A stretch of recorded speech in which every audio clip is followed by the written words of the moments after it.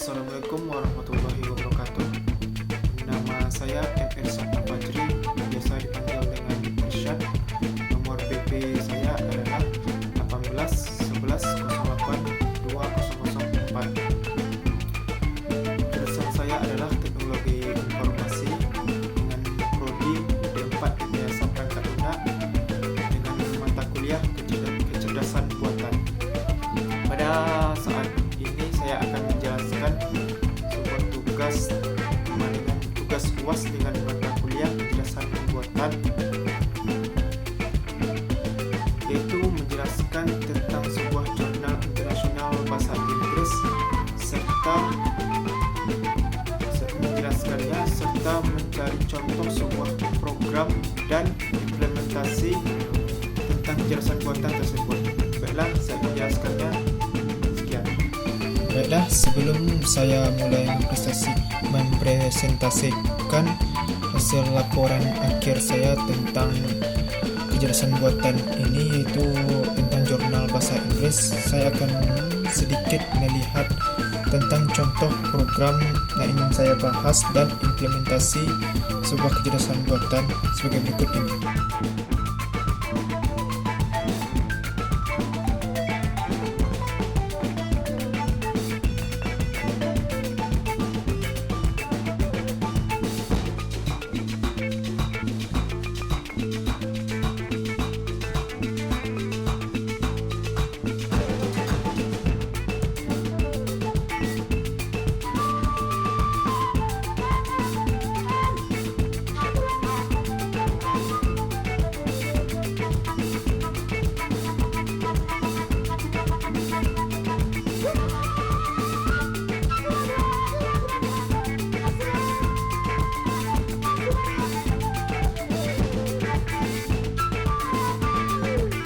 Mulai mempresentasikan laporan akhir kecerdasan buatan tentang jurnal internasional bahasa Inggris. Saya akan mempresentasikannya melalui PowerPoint, maka saksikan. Berikut adalah laporan akhir tentang Artificial Intelligence. Dengan nama saya Irsyad Al-Fajri, kelas TRPL 3B, nomor BP 1811082004. Program dan implementasi AI. Yang pertama yaitu program AI. Kecerdasan buatan adalah kecerdasan yang ditambahkan kepada suatu sistem yang bisa diatur dalam konteks ilmiah yang bisa disebut juga intelijensi artifisial atau hanya disingkat AI, didefinisikan sebagai kecerdasan entitas ilmiah. Baiklah, pada slide kedua, program AI tersebut terbagi jadi dua. Yang pertama yaitu kategori AI, terbagi jadi dua pula. Yang pertama adalah AI lemah, weak AI. Yang kedua AI strong AI. Baiklah, pada bagian kategori AI ini yang terbagi jadi dua, yaitu weak AI dengan strong AI. Baiklah, saya akan menjelaskannya, yaitu AI memiliki dua kategori, yaitu lemah atau kuat. AI lemah atau weak AI yang juga dikenal sebagai AI sempit adalah sistem AI yang dirancang dan dilatih untuk tugas tertentu. Asisten pribadi virtual seperti Apple Siri adalah bentuk AI yang lemah. Sedangkan AI kuat, strong AI, juga dikenal sebagai kecerdasan buatan umum, adalah sistem AI dengan kemampuan kognitif manusia secara umum ketika disajikan dengan tugas khusus. Sistem AI kuat dapat menemukan solusi tanpa campur tangan manusia. Jenis yang kedua adalah jenis AI. Jenis AI ini terbagi menjadi 4. Yang pertama tipe 1 yaitu mesin reaktif, tipe 2 memori terbatas, tipe 3 teori pikiran, tipe 4 kesadaran diri. Oke, saya akan menampilkan contoh program dari AI. Yang pertama Gmail. Gmail yaitu layanan Google ini menggunakan mesin pembelajaran untuk menghentikan email yang tidak kamu inginkan. Sistem tersebut akan menganalisis dan mempelajari contoh email yang tidak kamu inginkan dan memasukkannya ke spam. Ini bisa melindungi penggunanya dari malware dan email yang mencurigakan. Google juga sedang mengembangkan fitur Smart Reply yang bisa membalas email dengan gaya dan bahasa yang mirip seperti penggunanya. Yang kedua itu Netflix. Layanan paling populer di Netflix adalah Content on Demand yang mampu memprediksi filem dan serial yang mungkin akan disukai oleh setiap penggunanya. Pernahkah kamu bertanya-tanya dari mana rekomendasi tersebut berasal? Dalam dibalik hal ini adalah AI. Netflix memiliki teknologi yang bisa memprediksi seleramu berdasarkan apa yang kamu tonton dan kamu sukai.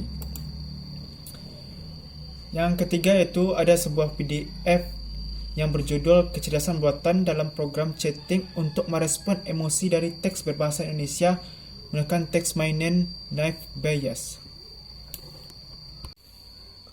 Oke, kita lanjut pada implementasi AI. Yang pertama yaitu filter email di Gmail. Yang kedua, Discover Weekly di Spotify.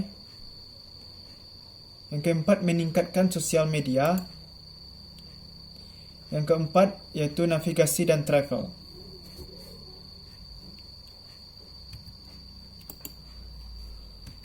Baiklah, saya akan sedikit menjelaskan tentang implementasi AI tersebut. Yang pertama yaitu filter Gmail di Gmail.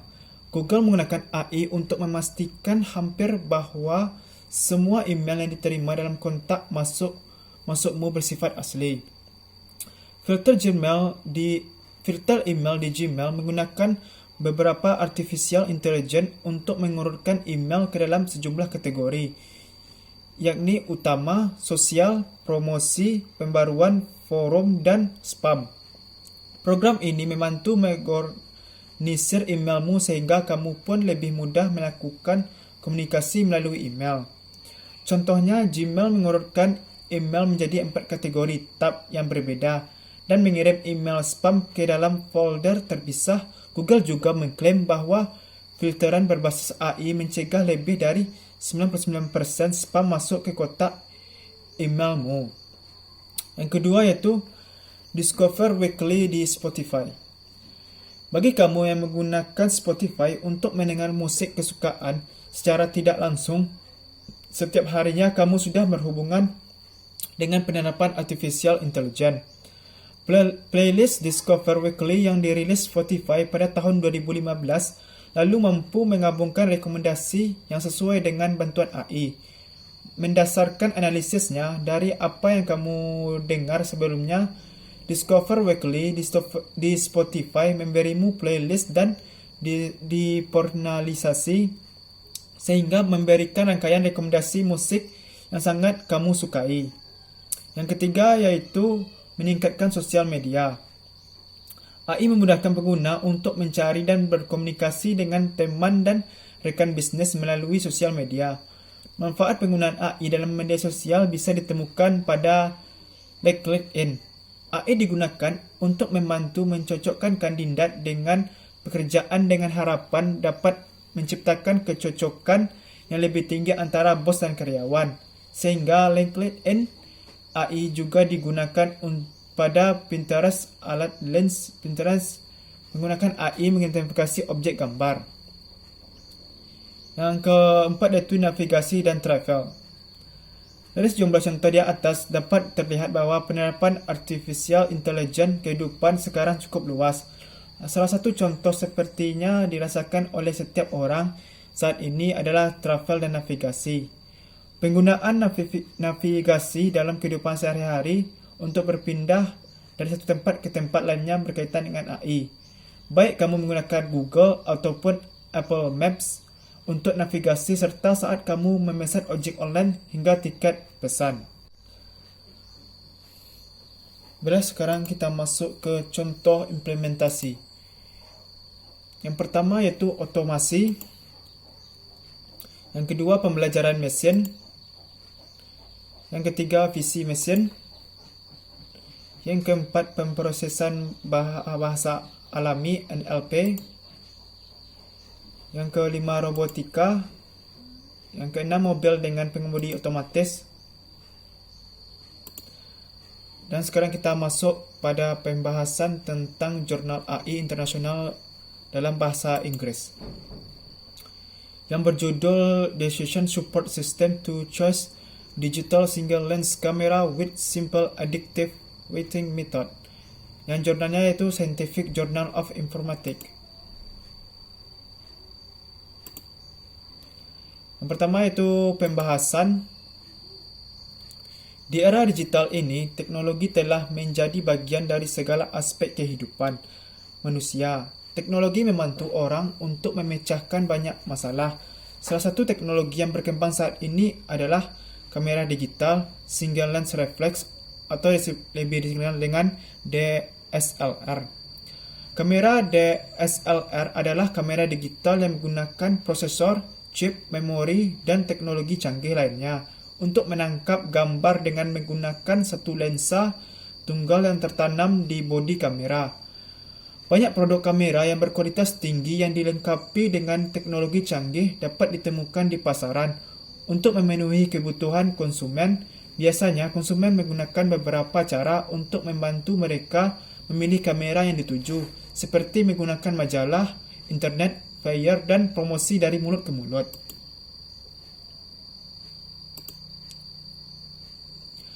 Berdasarkan permasalahan di atas, maka penulis mengembangkan sistem pendukung keputusan untuk membantu konsumen dalam memilih kamera yang sesuai dengan kriteria mereka sendiri. Sistem dikembangkan dengan metode Simple Additive Weighting. Metode yang digunakan dalam jurnal ini ialah yang pertama itu teori fundamental, Decision Support System atau sistem pendukung keputusan, Simple Additive Weighting, 5S Sublimity Framework. Pada metodenya menggunakan tahap-tahap metodenya yaitu tahap perencanaan, pengumpulan data, pengembangan sistem, melakukan pengujian sistem, analisis, dan kesimpulan. Kita masuk pada teori fundamental. Decision Support System atau sistem pendukung keputusan. Penerapan sistem pendukung keputusan terdiri dari beberapa subsistem, yaitu subsistem manajemen data, subsistem manajemen model, subsistem manajemen dialog, dan subsistem manajemen pengetahuan. Simple Additive Weighting.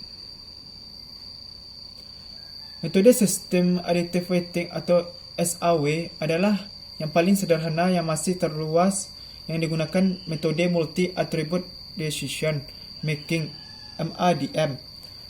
Dalam metode ini, setiap atribut diberi bobot dan jumlah semua bobot harus satu. Konsep dasar SAW adalah mencari penjumlahan terbobot dari rating kinerja setiap alternatif atas semua atribut. Metode SAW akan membuat matriks keputusan, menormalkan matriks, kemudian mengalihkan matriks tersebut dengan bobot masing-masing atribut.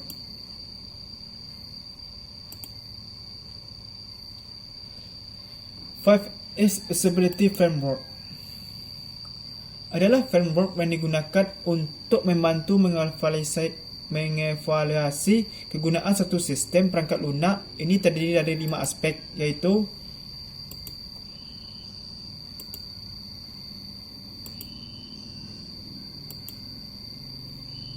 yang pertama itu efektif, kedua efisien, ketiga menarik, keempat toleransi kesalahan, dan kelima mudah dipelajari. Hasil yang didapatkan yaitu desain sistem. Sistem dirancang untuk 2 kategori pengguna, yaitu administrator dan pengguna. Administrator dan pengguna. Fungsi yang disediakan untuk administrator mengelola kamera, menambah, mengedit, menghapus, dan menelusuri kamera serta spesifikasinya. Kedua, mengelola kriteria, menambah, mengedit, menghapus, dan menelusuri kriteria yang akan digunakan oleh pengguna.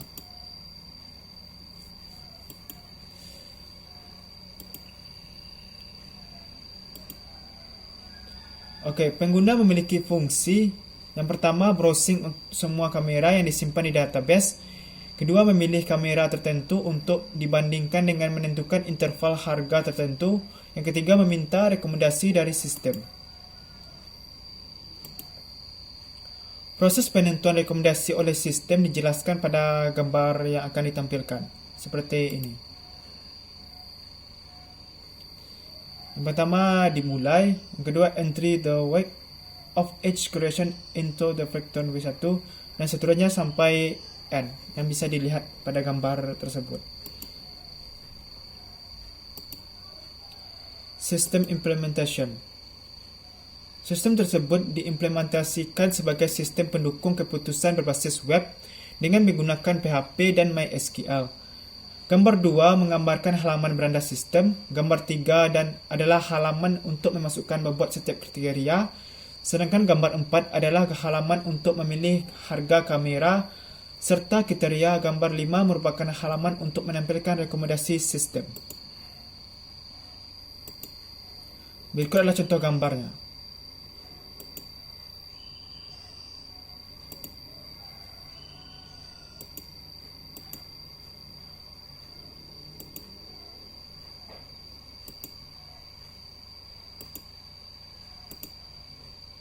Dan uji coba sistem.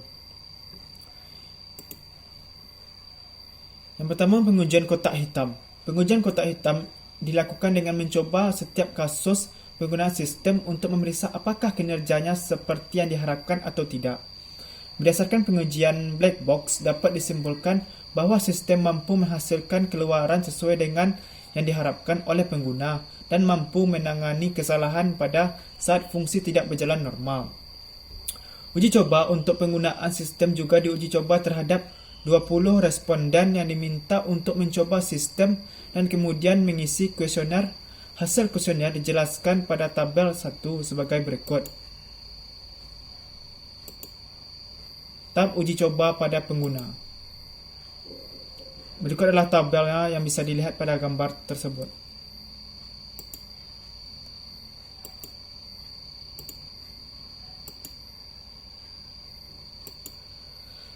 Mungkin sekian presentasi dari saya, semoga bermanfaat bagi yang menontonnya. Saya ucapkan terima kasih. Assalamualaikum warahmatullahi wabarakatuh.